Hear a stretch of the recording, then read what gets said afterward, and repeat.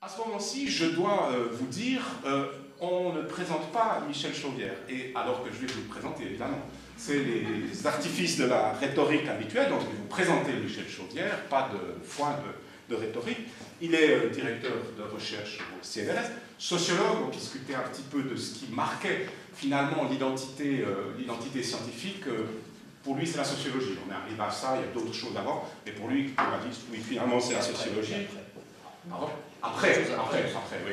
Mais finalement, bon, voilà, l'habitus fondamental, c'est la sociologie. Directeur de recherche au Centre d'études et de recherche sur la science administrative et politique. Le champ de son travail, inutile de chercher, je vais lire ce qu'il dit dans sa brève biographie. Mes travaux portent sur les politiques du social, du socio-judiciaire et du familial, les acteurs privés et publics, administratifs et délégataires, les processus de professionnalisation des intervenants, travail du social, les mouvements sociaux en général, pris dans leur dimension historique, groupes de causes et groupes d'intérêt, et les enjeux de la mise en œuvre des droits des usagers dans la régulation sociale. Je crois que sur cette base-là, nous avons la personne idéale pour ouvrir ce cycle de conférences, d'interrogations, de questionnements sur les histoires, les enjeux du travail social. Les ouvrages de Michel Chauvière, on vous en cite deux, parce qu'ils sont pile aussi sur cette problématique, les ouvrages récents. Trop de gestion tue le social. Pour quelqu'un qui gère une école de travail social, c'est un titre, je prends ça comme un défi constructif et intéressant. Et puis, deuxième titre, ça c'est 2007, deuxième titre, 2011, tout récent, l'intelligence sociale en danger. Ce soir, Michel Chauvière nous parle de travail social dans l'œil du cyclone néolibéral. C'est un beau titre que moi, et qui m'a beaucoup plu quand je l'ai lu. Je dirais que mon collègue directeur de la Haute École de Gestion était à dire « je ne suis pas tout à fait d'accord avec cette manière de voir le néolibéralisme ». J'ai dit « il me semble que c'est normal, tu es à ta place, nous sommes à la nôtre ». Et je suis heureux que nous y soyons pour écouter ce soir Michel Chauvière. Merci de votre attention. Michel, à la parole.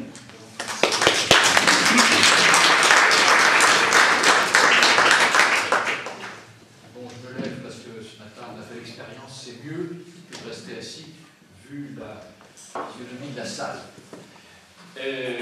Merci pour tout ce qui vient d'être dit, c'est juste, à peu près. Si je devais qualifier mon attache disciplinaire, je dirais qu'elle est, pour ne pas dire seulement qu'elle est sociologique, je dirais qu'elle est socio-historique. C'est-à-dire je tricote entre l'histoire et la sociologie. J'arrive pas à me libérer d'une approche un peu généalogique des choses. C'est un défaut ou une qualité, je ne sais pas, ça dépend des présupposés qu'on peut avoir. Mais j'y ai rajouté par la suite un intérêt très particulier pour le droit public, j'aurai l'occasion d'en dire deux mots tout à l'heure, et pour les politiques publiques, parce que comme débouché, enfin, ou la science politique, la notion de politique publique, j'ai dit aussi cet après-midi ce qu'il fallait en penser, donc plutôt la science politique, institutionnalisée plus tardivement. Voilà. Alors, peut-être pour engager ce que j'ai laissé circuler avec ce titre un peu provocateur, mais la provocation fait partie de l'exposé, de la rhétorique, après tout, je suis là pour ça. Je voudrais dire d'abord ce qu'on peut entendre par le travail social. J'ai quelques idées sur le sujet à vous proposer. Je les expose depuis ce matin, mais je vais continuer. Ceux qui m'ont déjà entendu vont trouver des redites, mais tant pis, c'est le risque. Je ne peux pas me démultiplier à l'infini comme ça. Je n'ai pas des ressources illimitées. Désolé si je me répète. Et puis, peut-être ensuite aborder la question de l'œil du cyclone, plus exactement du néolibéralisme, c'est-à-dire comment il impacte cet héritage, ce modèle historique, modèle social historique. Je pense que même si les traditions ne sont pas les mêmes de part et d'autre du Jura, entre la France et la Suisse, il y a des points communs nombreux, ça a été vérifié toute la journée. Il y a même des échanges, il y a même des porosités, j'espère qu'elles sont réciproques d'ailleurs, qu'on est influencés les uns par les autres et réciproquement.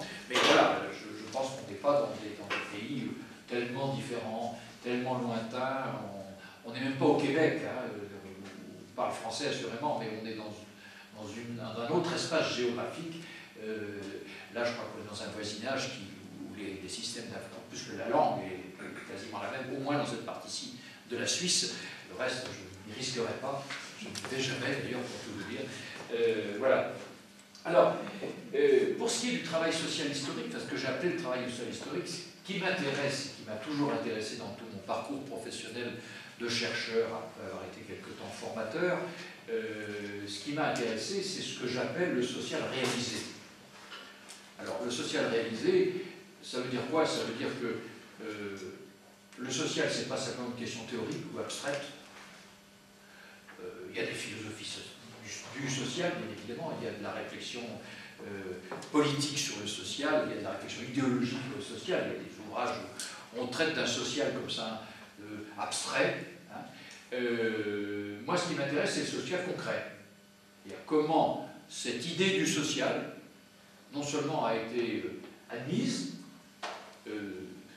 légitime, mais en même temps, comment elle s'est concrétisée, comment elle s'est mise en œuvre, comment les générations précédentes, parce que là c'est un héritage, reconnaissez qu'on est quand même mieux doté aujourd'hui qu'il ne l'était il y a un siècle, hein, à propos du social réalisé, du social institutionnalisé. Donc, moi ce qui m'intéresse, c'est ça, c'est ce processus d'institutionnalisation, c'est-à-dire de mise en œuvre, de mise en mots, de mise en forme, de mise en institution, de mise en profession, de mise en pratique, hein, de cette idée que le social doit être investi comme tel.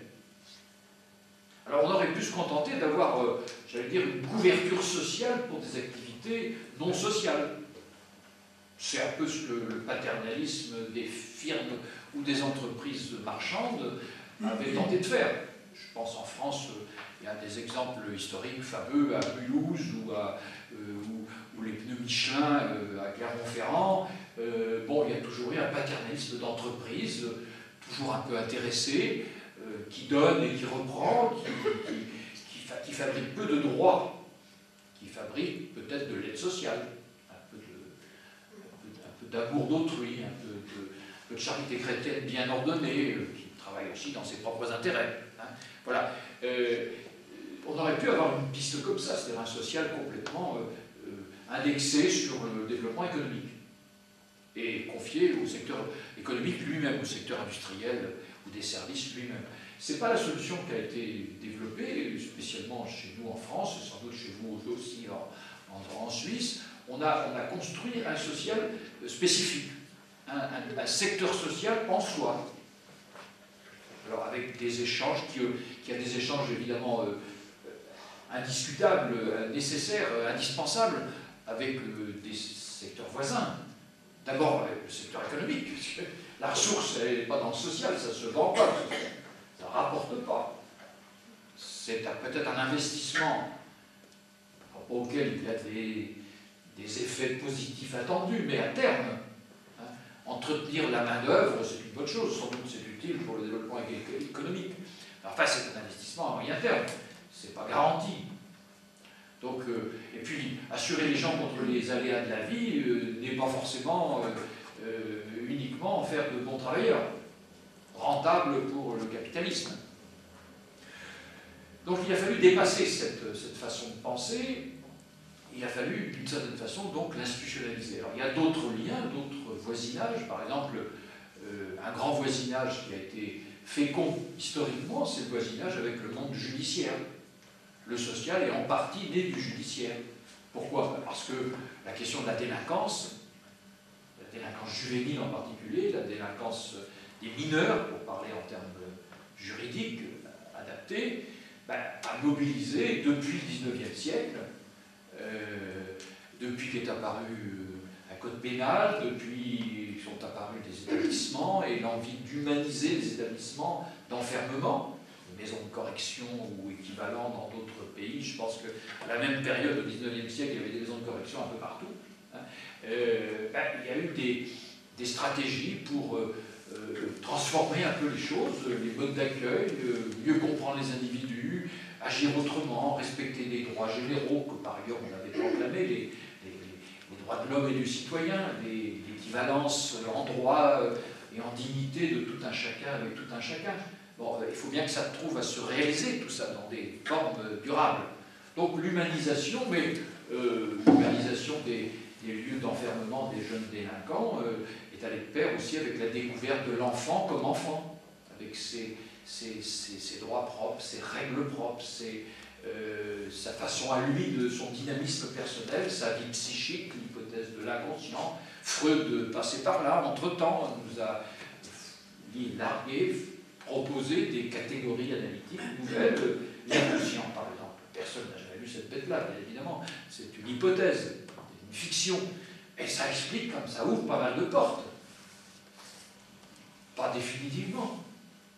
Mais condamner la psychanalyse comme un député français imbécile est en train de le faire pour la prise en charge de l'autisme est évidemment contre-productif du point de vue de l'effort de connaissance. Et en même temps, c'est une régression culturelle invraisemblable, inimaginable. Hein, comment est-ce qu'on peut... C'est une sorte de... c'est un peu une condamnation ourbi et torbi dont seuls des ayatollahs sont capables aujourd'hui, ou des fatwas contre Rudy, comment il s'appelle l'écrivain comment Salman Rushdie. Salman Rushdie, j'avais commencé à l'envers. Rushdie, je finissais pas parce que ça ne venait pas. Salman Rushdie, voilà, c'est ce type-là. Bon, je ne m'arrête pas plus longtemps sur le sujet, mais bien, il y a un pont là, avec la question du judiciaire pour les mineurs. Mais il y a le même pont avec la maladie mentale, la folie, les aliénés, l'enfermement des aliénés, 19e siècle, classique. Bon, il a fallu aussi des stratégies pour humaniser les lieux de relégation, etc. Donc voilà, le social est sorti de ça. Il est sorti aussi d'une... Alors peut-être là, d'une autre façon de sa proximité avec l'école. L'école dans sa forme développée, générale, gratuite, laïque et obligatoire, comme on dit chez nous. Chez vous aussi, je pense, les mêmes termes s'emploient des deux côtés. Il faut me dire si je fais des erreurs culturelles comme ça importantes. Bon, à partir du moment où on pose ça, c'est vrai que se pose la question immédiatement des gamins qui ne profitent pas de l'école, pour le dire simplement. C'est-à-dire les indisciplinés, grande catégorie dont ils n'ont rien fait, c'est pas des délinquants. Et voilà, ça leur convient par l'ordre scolaire. On en fait quoi? Comment on traite ça? Les caractériels, on disait à un moment donné, parce qu'on ne savait pas comment les qualifier non plus. Alors on a inventé la catégorie des caractériels. Caractériels, c'est les incasables d'aujourd'hui, ça ne marche pas nulle part, ils sont emmerdants, voilà, pour le dire de manière simple. Bon. Puis il y a tous ceux aussi qu'on a découverts comme débiles. Alors l'invention de la débilité, 1905, l'échelle métrique de l'intelligence. On ne sait pas ce que c'est l'intelligence. Les travaux de Piaget ne sont pas encore arrivés, et encore, ils n'ont pas fait le tour du problème, ni ceux de Vallon, etc., etc. Mais déjà, on mesure l'intelligence, parce que dans ce secteur-là, ben, on mesure, quand on ne sait pas, on mesure. Alors, on continue à le faire, d'ailleurs, avec l'évaluation généralisée. On ne sait pas ce qu'on évalue, mais on évalue. C'est la même idée. Hein. On évalue, on classe, on segmente, on spécialise. Donc le QI entre 80 et 50, vous serez pris en charge dans tel type d'établissement, en dessous de 50 à 30, débit moyen, et puis en dessous de 30, il n'y a vraiment rien à faire, c'est foutu. Hein. Voilà. Heureusement qu'on ne s'en est pas tenu à des approches comme ça, rationnelles, assurément, hein, industrielles presque. On a pris le problème à l'envers, les parents enfin inadaptés se sont mobilisés, par exemple, dans les années 40, pour dire c'est pas parce que c'est des légumes hein, ils sont condamnés par la science, ils ne sont pas moins des vivants, des humains parmi nous. Alors, quand ça se porte sur la trisomie 21, tout le monde dit les Mongoliens, ça va encore parce qu'ils ont une espèce de fidélité canine, disait certains textes que je cite. On a dit toutes sortes de choses sur ces choses-là. Mais quand c'est des grands grabataires, des grands déficients, ou aujourd'hui des gens tétraplégiques sur fauteuil, etc., évidemment, y voir des humains malgré tout, c'est une révolte contre l'assignation à des places, à des rôles, à des impossibilités, à toute cette série des dysfonctionnements, les 10, 10 orthographies, 10 ceci, 10 cela. Il y a des tas de gens qui cumulent tous les 10. D, Y, S. Bon, ben voilà. Et je pense qu'il y a, dans le social constitué, il y a une sorte de révolte contre l'abus des catégories qui sont performatives, en ce sens où le mot fait la chose. Hein? Être exclu, exclu. Être réputé handicapé, handicap. Et pourtant, il faut des mots pour dire les choses. Alors, comment on ajuste ces choses-là? C'est un vrai problème, c'est un des problèmes fondamentaux du champ social et du travail social par voie de conséquence. Voilà, donc ce social-là est pour moi un objet commun d'ailleurs aux praticiens, à vous, aux gens qui sont sur le terrain, qui rencontrent les humains concernés par toutes ces choses-là, et puis aux gens dans la position comme la mienne, ou ceux qui enseignent, etc., qui peuvent être intéressés, à condition de respecter la double nature de cet objet. C'est-à-dire il existe à la fois comme un objet de savoir, un peu à distance du réel, mais il existe aussi dans le réel. Ce ne sont pas des objets fabriqués, ce ne sont pas des objets abstraits. Hein. Ce n'est pas de la mathématique qu'on fait. Hein. C'est l'histoire vivante. C'est l'histoire vivante en train de se faire. Je crois que c'est de la sociologie, de cette façon. C'est un regard sur l'action en train de se faire, avec un recul historique pour essayer de comprendre éventuellement les avancées, les retards, les difficultés, les contradictions, etc. Bon, voilà dans quel espace je me situe, quel espace problématique je me situe. C'est de la problématique, hein, je vois bien que c'est pas, je ne dis pas les choses comme elles sont, je les dis comme j'ai envie d'essayer de les penser, pour avancer. Et je vous en fais part. Alors, sur cette base-là, bon, 2-3 choses, parce que le temps passe très très vite, je suis bavard quand je m'y mets, la locomotive a du mal à s'arrêter. 2-3 choses intéressantes. Bon, vous avez compris que c'est un fait historique, dont on peut retracer la généalogie, à la fois globalement dans ses principes fondamentaux, mais aussi spécifiquement s'agissant de telle population, de telle autre. L'histoire des mineurs délinquants n'est pas l'histoire des aliénés d'asile, n'est pas l'histoire des débiles d'école, n'est pas l'histoire des handicapés telle qu'on l'a formulée dans les années 60, 1960, n'est pas l'histoire des personnes âgées dépendantes, n'est pas l'histoire de l'immigration. Enfin, on peut avoir des histoires très sectorielles. Simplement, il me semble intéressant, et c'est une remarque que je fais de manière générale, de ne pas s'en tenir à ces histoires sectorielles, parce qu'elles ne prennent sens qu'ensemble.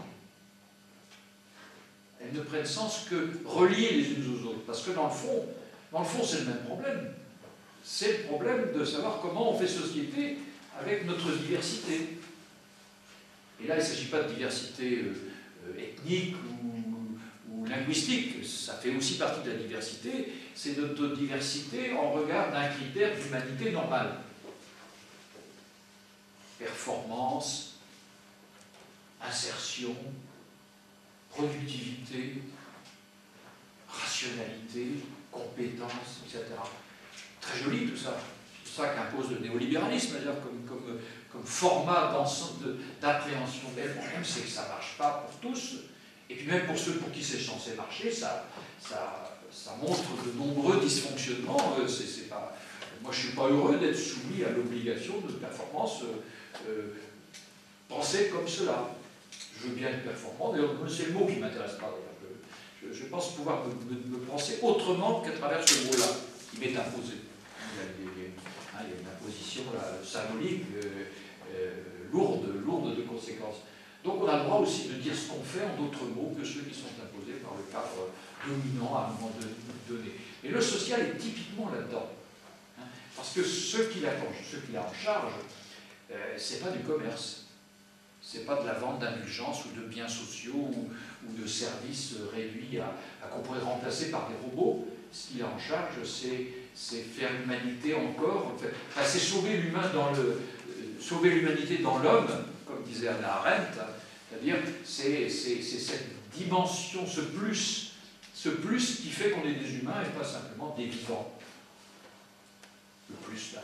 Alors le plus, ça passe par de la parole, ça passe par des tas d'éléments de liberté, d'indépendance et de dépendance, etc. Parce qu'on est aussi un corps social, un groupe social, etc. C'est ça qui est l'enjeu. Alors, pour synthétiser ce que nos prédécesseurs nous ont laissé en héritage, parce que je crois qu'on est largement, on est en 2012, on est largement héritier de stratégies, de luttes, de rapports de force, de moments qui ont porté des avancées décisives, et puis de moments où ça a reculé aussi, parce qu'il y a déjà eu des moments, on n'est pas dans un long fleuve tranquille qui irait du moins social au plus social, avec la bénédiction de tout le monde, et dans un consensus remarquable. Au contraire, vous avez bien compris que c'est l'objet de bataille, c'est l'objet de bagarre, c'est l'objet de... et que ça peut faire marche arrière. Les guerres, par exemple, sont paradoxalement des moments où ça régresse et ça progresse. Ça régresse parce que quand il faut faire l'union nationale contre l'ennemi héréditaire, je pense à la France qui en a commis beaucoup dans le genre depuis la fin du 19e siècle, on s'en est quand même tapé 3 successives avec les mêmes, les Prussiens, les Allemands, une fois, etc., etc. On commence à être saturé de guerre. Peut-être ça ne va pas tarder d'ailleurs, peut-être avec Merkel, j'en sais rien. Mais non, c'est pas parti pour ça. Ils font à Miami, ben, on parle plutôt des Mercosi pour l'instant. On compacte Merkel et Sarkozy. Les Mercosi. Depuis que Mme Merkel vient soutenir Sarkozy dans sa campagne pour sa réélection, on n'est pas à la veille de la guerre. Mais enfin, il y a peut-être une guerre économique qui se joue derrière et une guerre de modèle. C'est peut-être sur ce point que Sarkozy peut-être a trahi la France. En tout cas, la France gaulliste dont il est par ailleurs l'héritier. Bon, mais je ferme cette parenthèse toute politique et toute franco-française. Ce que je veux dire par là, c'est que les guerres sont des moments absolument paradoxaux, où dans le fond, les systèmes institués s'effondrent, parce qu'on ne peut plus les tenir, et puis d'autres systèmes se fabriquent.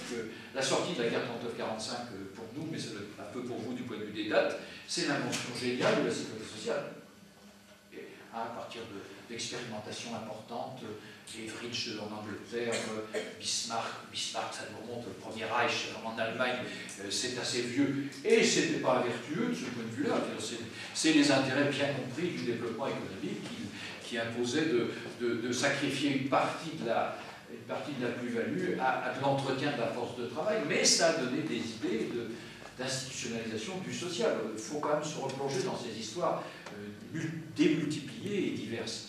Alors, dans le cas français, et je m'excuse de rester dans le cas français parce que je le connais certainement mieux que ce qui se passe chez les voisins à la même période, dans le cas français, la période instituante de ce social-là, c'est la Troisième République, et encore pas tout à fait les premières années, à partir des années 1880, et la bonne période, bonne, c'est pas un jugement de valeur, c'est la période la plus féconde du point de vue de la fabrication des politiques d'action sociale, pour le dire en un terme qui est évidemment un anachronisme, parce qu'il n'était pas dit comme ça à l'époque, on parlait de politique d'assistance publique, pour aller vite, d'assistance, si vous voulez, tout simplement, c'est la période qui va jusqu'à la Première Guerre mondiale, en 14-18, avec une série législative qui couvre à peu près tous les domaines qu'on couvre aujourd'hui. C'est pour ça que c'est prémonitoire, c'est organisationnel, c'est très important. C'est à la fois la protection de l'enfance, la protection, la question des mineurs délinquants, la question du logement, la question de la santé publique qui naît, la question des retraites ouvrières et paysannes, la question des accidents du travail, etc. etc. Il y a un foisonnement d'initiatives législatives et réglementaires. Alors la différence de chez vous, c'est que ça ne part pas d'en bas, mais ça part d'en haut. Ça part du pouvoir républicain qui se réalise d'un côté en libéralisant l'économie, ça c'est évident, et qui contrebalance cette liberté économique importante à l'époque par j'allais dire, un engagement dans le faire société républicaine. Et ça passe par notamment un développement des solidarités, notamment des solidarités intergénérationnelles, puisque c'est quand même ça qui est à la base de pas mal de choses. L'enfant naît débiteur, mais pour autant, on ne lui demande jamais de rembourser tout ce qu'on a parié sur sa naissance. Mais ça oblige quand même à créer les conditions les plus optimales pour son accueil. l'école est une forme aussi de cet ordre-là, parce que d'une certaine façon, l'école est gratuite. Gratuite, ça veut dire quoi? Ça veut dire que d'autres payent pour ceux qui ne peuvent pas payer. On ne demande pas aux étudiants de rembourser, de passer leur vie à rembourser l'argent qu'on a parié sur leur tête. Et encore heureux, on pourrait l'imaginer, hein, mais on pourrait imaginer, sans aller jusque-là, de faire payer les parents pour l'ensemble de la prestation. Ça existe dans des modèles beaucoup plus privatistes. En Angleterre, par exemple, voire ici, d'après ce que j'ai compris, pour des classes un peu aisées, etc. C'est vrai que les classes aisées sont toujours très très bien sorties de ce point de vue-là, parce qu'avec de l'argent, on peut acheter tous les services, y compris les services sociaux, les services on n'en a pas trop besoin, aussi on trouve des alternatives. Là, il s'agit en quelque sorte des classes populaires, des classes ordinaires, des classes moyennes, des classes qui n'ont pas, de toute façon, qui n'ont pas la ressource pour se payer eux-mêmes des services sociaux, des services d'instruction de leurs enfants, des services de gardiennage, de nounou, de tout. Là, quand on a le fric pour garder ses enfants, c'est pas compliqué. On a même des précepteurs, des préceptrices à domicile. Les parents n'ont même plus de responsabilité parentale. Donc ce qui est visé, c'est bien les classes populaires, les classes moyennes, qui font tout eux-mêmes. Enfin, l'espace familial réduit au triangle papa, maman, enfant, dans le meilleur des cas, hein, ou à des formes plus simples que ça encore, mère-enfant, ou père-enfant, etc. Voilà. C'est ça l'objet du social. Les classes moyennes, les classes supérieures s'en sont toujours sorties.